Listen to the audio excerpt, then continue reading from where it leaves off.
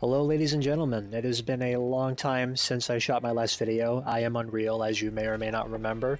And what I'm doing today is creating a new character. Happy launch day, by the way. Today is the release day of Guild Wars Heart of Thorns. And what I'm doing right now is creating the newest class, the Revenant. I had pre-ordered Heart of Thorns quite a while ago, been playing the I guess beta waves, you want to call them, on and off for a little while, and I've been having a blast with them. And today's finally the day where I get to make myself a permanent character. So what I'm going to do here is make a Norn female.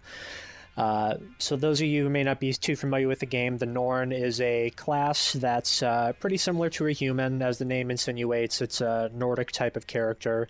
Primarily they're made up of warriors, but they can also be spellcasters and other backline classes if you so desire. The look I'm going for today is something similar to that of Jorah from the first game. People who played Guild Wars 1, you may remember Jorah as the first Norn that you're introduced to. She gets introduced to you with her brother Svenir, and she unfortunately goes through a couple of nasty events in the first game that I suppose I won't spoil for you, but some tragedy befalls her. So this character that I'm making is going to be kind of similar to her. I mentioned earlier the class is a Revenant. I'll explain that a little bit. The Revenant is a new class that's kind of a hybrid of a couple of different ones that already exist in the game. What makes the Revenant unique is it's supposed to channel the power of what they call the Mists, which is, I guess you could say, sort of like the Afterlife or like Valhalla, maybe.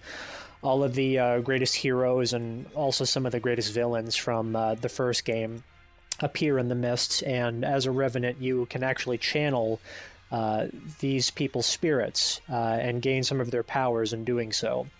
As an example, some of the characters you can get out of there from the first game would be Jalis Ironhammer, one of the Dwarven Kings.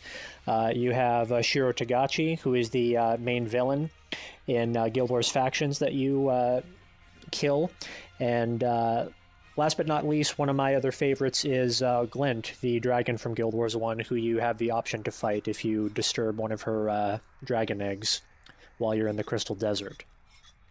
Also introduced in this game are Masteries and elite specs for yourself.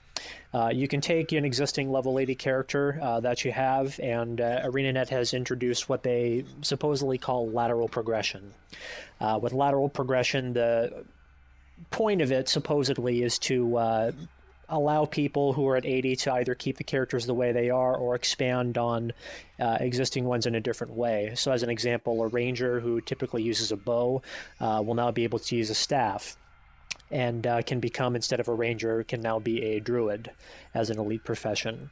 The way most of my characters are set up, I'm probably going to leave them alone, but some of the advantages of going through elite professions are kind of interesting. One of them for the Revenant is called the what the heck is it called? Gonna have to look it up now. Anyway, for the Revenant, you actually get Glint's spirit, a herald. That's what it is, the herald. As the herald, you get the ability to use a shield.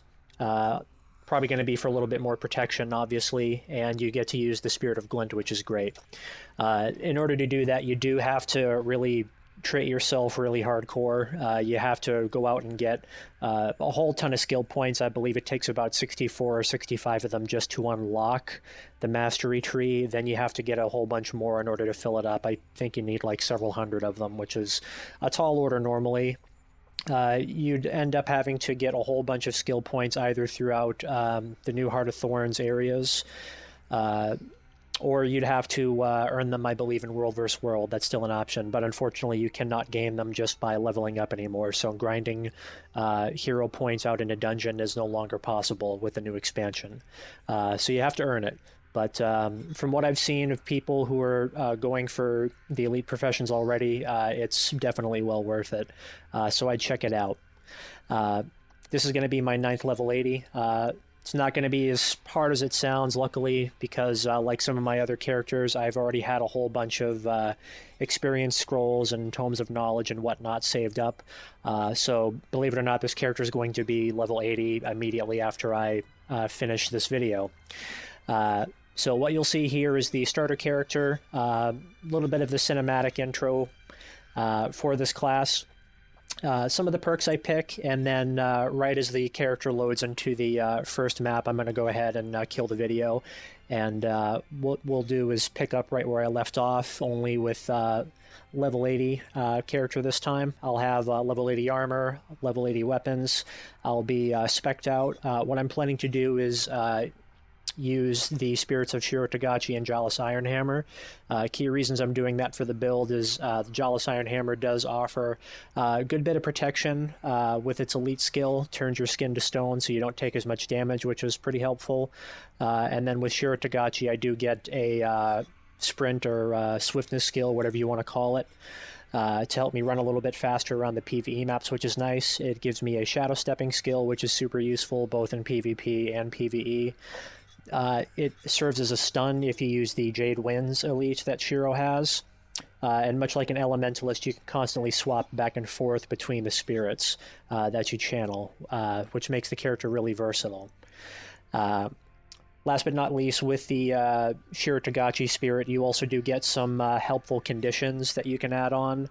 The way that I'm going to be spec'd, I get a little bit of everything. You'll see some poison, some torments, a little bit of bleed, some cripple, and I believe I have 1 or 2 stuns available.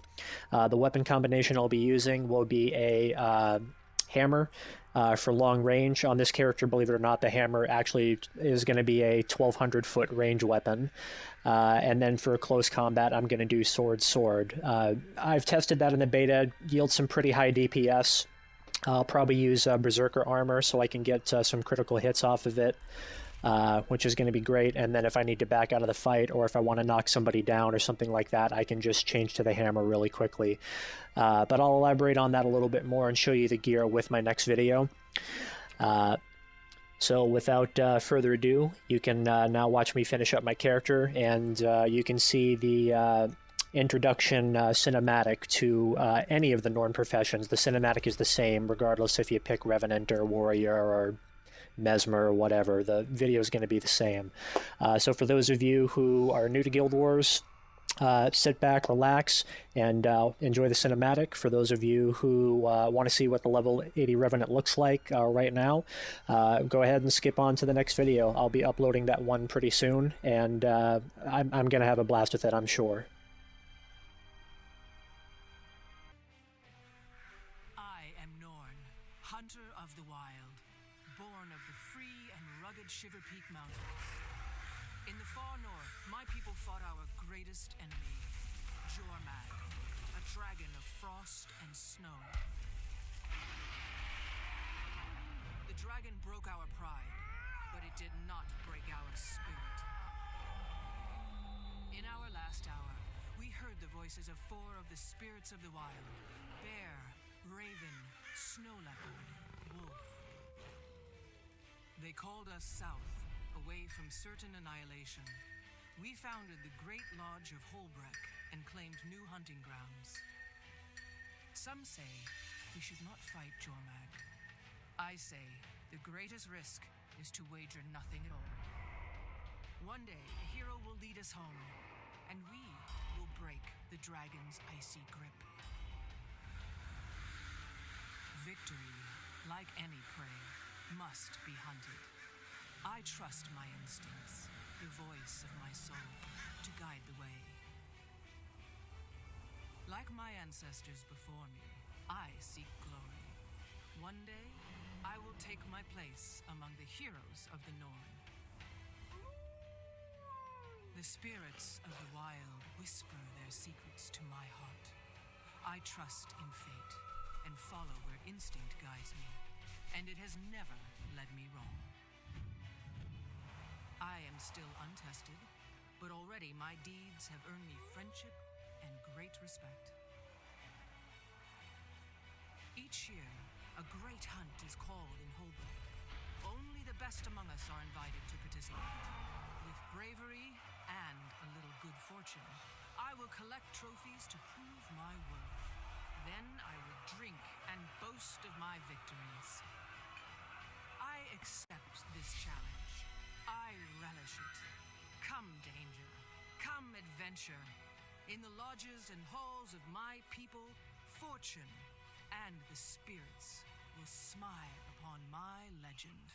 This is my story.